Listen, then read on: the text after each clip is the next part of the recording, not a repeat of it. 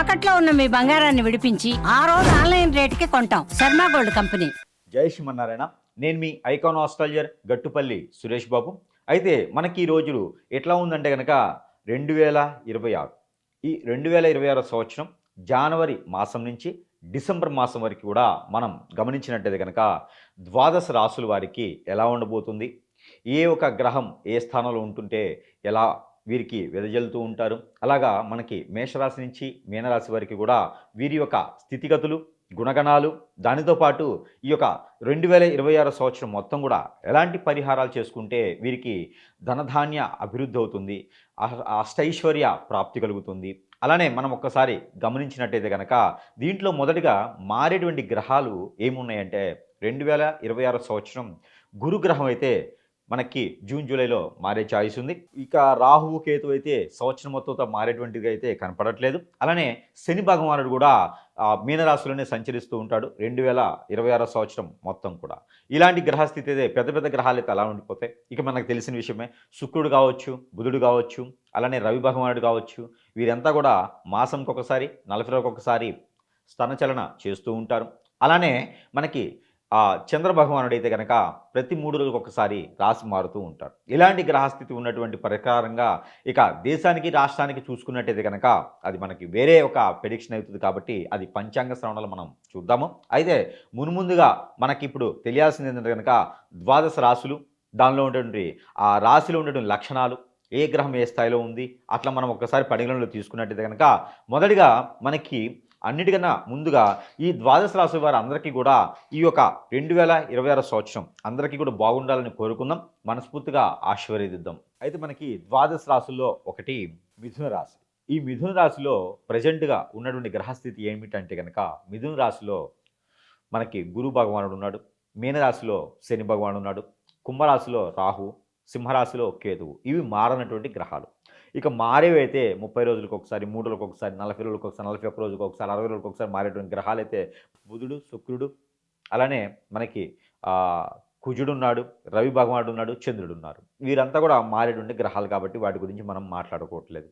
ఇకపోతే మిథున రాశి, వీరు చూడటానికి చాలా అందంగాను, ఆకర్షవంతుగాను, ఎదుటి వాళ్ళని అట్రాక్ట్ చేసేటువంటి తత్వంతోనూ ఉంటారు.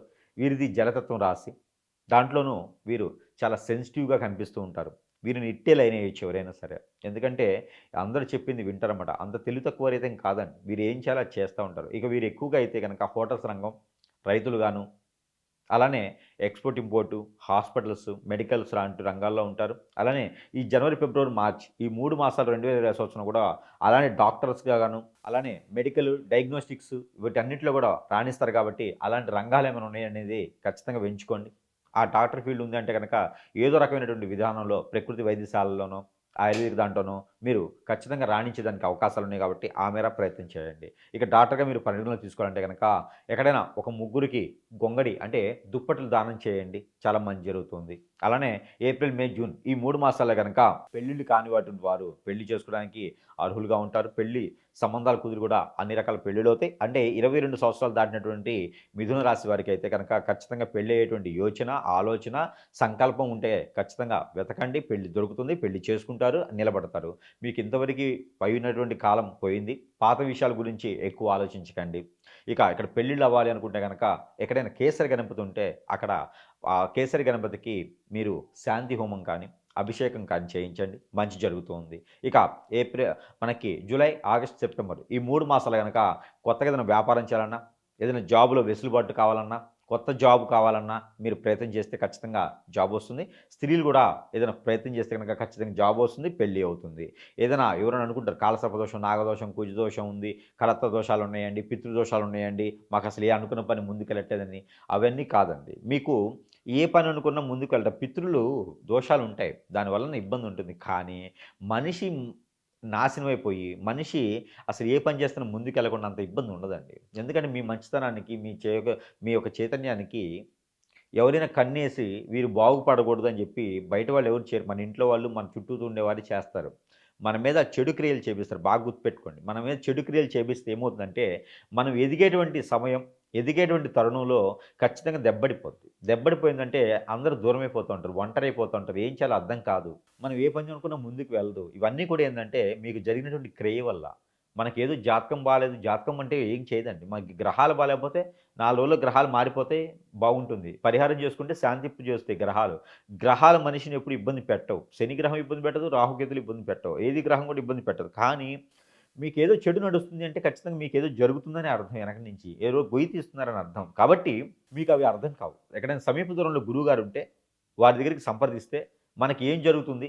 దానికి తగ్గట్టు పరిహారం ఏంటి? మనం చూసుకోవచ్చు. ఇక ఇది మీరు గమనించుకోవాల్సినటువంటి విషయం. భార్యభర్త దూరమవుతున్నారు, తల్లిదండ్రులు దూరమవుతున్నారు, ఏ పని చేస్తున్నా ముందుకు రావట్లేదంటే ఖచ్చితంగా మన మీద ఏదో చెడు క్రియేట్ జరుగుతుందని అర్థం. ఇంట్లో వాస్తు సరిగా లేదు, ఉమ్మడి కుటుంబంగా ఉండి బయటికి వెళ్ళలేకపోతున్నాం. ఇవన్నీ కూడా గమనించుకొని గురువు దగ్గర సంప్రదించండి. ఇకపోతే ఇక్కడ పరిహారం వచ్చేసి తమలపాకులు, వక్కలు, అలానే కిళ్ళి అంటారు కదా! ఆ కిళ్ళిని గ్రైండ్ చేసి దాంట్లో పాలు పోసి గ్రైండ్ చేసి ఆ ఒక మిశ్రమాన్ని వేప చెట్లు పొదట్లో పోస్తే మీకు ఆర్థిక సమస్యలే కాకుండా జాబ్‌లో వెసులుబాటు కూడా మీకు లభ్యపడుతుంది కాబట్టి ఆ మేర ప్రయత్నం చేయండి. ఇక అక్టోబర్, నవంబర్, డిసెంబర్ ఈ 3 మాసాలైతే గనక మీరు దూర ప్రయాణం చేయకపోవడం మరీ మంచిది. అలానే ఉన్నతోటి నుంచే మీరు వ్యాపార నియమాలు పెట్టుకుంటే చాలా మంచిది. అలానే హోటల్స్ రంగాలు కావచ్చు, మెడికల్ ఫీల్డే కాకుండా హోటల్స్ రంగాలు, హోటల్స్, ఆ హోటల్సే కాకుండా రెస్టారెంట్స్, చిన్న చిన్న బడ్డీ కొట్లు, కిరాణా షాప్స్ ఇలాంటివి ఏదైనా పెట్టాలనుకుంటే కూడా ఈ డిసెంబర్ మాసంలోపు పెట్టుకుంటే చాలా మంచి జరుగుతుంది. అలా ఏది ఏమైనప్పటికీ 2026 సంవత్సరం 25 సంవత్సరం కన్నా కూడా భిన్నంగానే ఉంటుంది. ఒక చేయి బానే ఉంటుంది అని ఖచ్చితంగా చెప్పొచ్చు. కాబట్టి ఇలాంటి ప్రయత్నాలు చేసుకొని అదృష్టవంతులు అవ్వచ్చు. ఇక మీకు కలిసొచ్చేటువంటి రంగు అయితే గనక అలానే మీకు కలిసొచ్చే రంగు అయితే ఊదా colour, chocolate colour, cement colour. అలానే కలిసొచ్చేటువంటి నంబర్ 4, 8, 6 3 నంబర్లు మీకు కలిసొస్తాయి. అలానే మీకు ఈ యొక్క దీని ప్రకారంగా చేసుకున్నట్టు విధంగా దేవుని యొక్క అనుగ్రహం కూడా ఉండాలి. అలాగే మీకు కలిసొచ్చిన వారం కూడా కావాలి. సోమవారం, బుధవారం మీకు కలిసొస్తుంది. అలానే మీకు వీటితో పాటు దేవుని అనుగ్రహం కూడా కావాలి కాబట్టి మీకు దేవుని అనుగ్రహం అయితే గనక ఎక్కడైనా మీకు గ్రామ దేవతలకి బట్టలు నైవేద్యం పెట్ట పొట్టు వస్త్రాలు సమర్పించుకోవటం. అలానే మీకు ఆ పొట్టు వస్త్రాలతో పాటు కళ్ళు సాకిపోవటం. ఈ రెండిట్లో ఏది మీకు అనుకూలంగా ఉంటే అది చేయండి. అదృష్టవంతులే దానికి అవకాశం ఉంది. 2020 సంవత్సరంలో ఈ యొక్క రాశి వారు ఖచ్చితంగా అదృష్టవంతులవుతారు. అదృష్టాన్ని పోగొట్టుకోవద్దు.